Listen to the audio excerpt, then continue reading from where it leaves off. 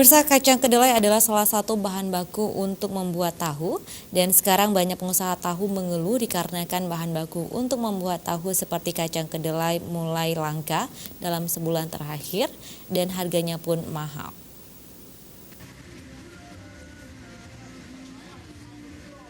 Salah seorang pemilik usaha tahu di Kampung Bitai, Kecamatan Jakbaru, Kota Banda Aceh, Yusriadi mengeluhkan dengan kenaikan harga kedelai akhir-akhir ini. Sebab ia harus menambah modal dasar untuk membeli bahan baku usahanya, yaitu kacang kedelai. Dengan harga kacang kedelai saat ini yang terus merangkak naik dari harga sebelumnya Rp330.000 per karung 50 kg, saat ini melonjak menjadi Rp380.000 atau mengalami kenaikan mencapai Rp50.000 per saknya. Per bulan pabrik tahu milik Yusriadi ini menghabiskan kacang kedelai sebanyak 320 karung.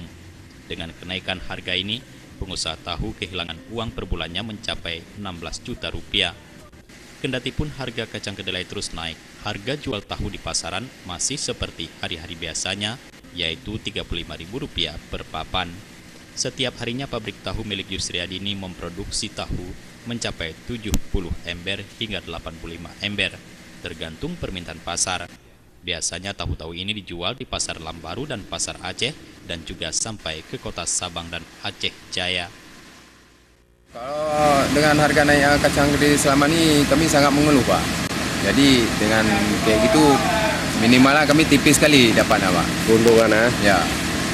Kalau memang pemerintah kita untuk bisa menurunkan kacang, alhamdulillah sekali, karena dengan pemerintah ada mempedulikan rakyat-rakyat seperti kami ini, kami sangat bersyukur apabila kacang itu turun kembali menjadi 330.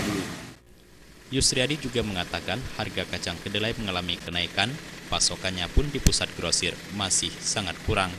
Pengusaha tahu mengharapkan agar pemerintah bijaksana menetapkan harga bahan baku kedelai agar bisa stabil kembali supaya usaha kecil seperti ini bisa terus bertahan. Mustafa, Aceh TV.